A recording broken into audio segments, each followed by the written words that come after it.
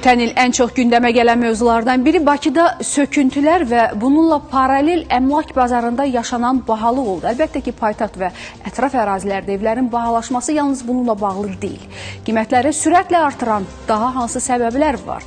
Bəs bu il vəziyyət necə olacaq? Əmlak bazarında qiymətlərdə hər hansı bir dəyişiklik gözlənilirmi?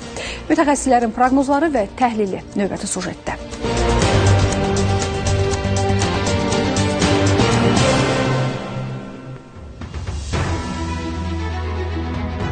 Paytaxtın mərkəzində demək olar ki, bina tikmək üçün boş torpaq qalmayıb. Buna görə də tikinti şirkətləri yalnız köhnə binaları söküb yerində yenisini inşa edir. Bu imkanlar isə məhduddur. Azərbaycan Realtorlar Assosiasiyasının sədri Vəfadar Axundov deyir ki, məhz bu amil daşınmaz əmlak bazarında qiymətləri artıran səbəblərdən biridir. Bu ildə bahalaşma davam edəcək. Qiymət artımına təkan verən digər məsələ isə insanların əllərində olan pulu daha çox əmlaka yatırmaq istəyidir. Bunun da öz səbəbi var.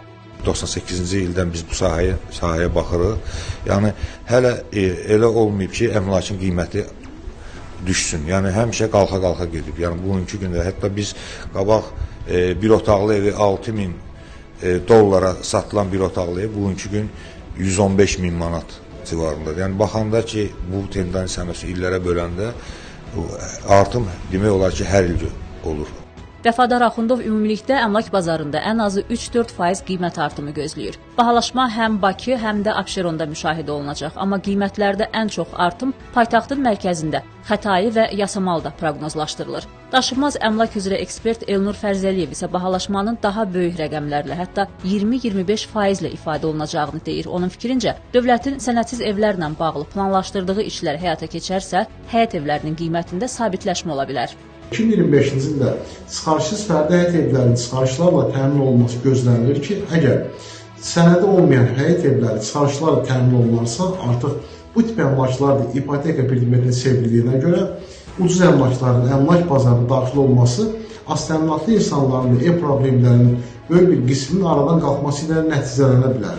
Çıxarışsız fərdi həyət evləri çıxarışla təmin olunarsa, bu xüsusən də fərdi həyət evlərində mövcud olan qiymətlərin artmasını qarşılanaraq həmin ərazilərdəki əmlakların satış qiymətlərinin stabilləşməsi ilə nəticələnə bilər. Mütəxəssislər daşınmaz əmlaka yatırım etmək istəyən şəxslərə ehtiyatlı olmağı da tövsiyə edirlər. İlk növbədə evin sənədinin, çıxarışının olmasına diqqət edilməlidir. Bu, yalnız fərdi yaşayış evlərinə yox, binalardakı mənzillərə də aiddir. Mən deyərdim, bəlkə bir 30% bina evlərində hal-hazırki vəziyyətdə bu sənədlə problemlər var. Bir neçə şirkətlər var ki, onların tikintiləri də yarımçıq qalır və elə şirkətlər var ki, binaları tikiblər, ancaq hal-hazırki vəziyyətdə görürsünüz ki, onların problemləri var. Bir mənzil bir neçə adama satılır.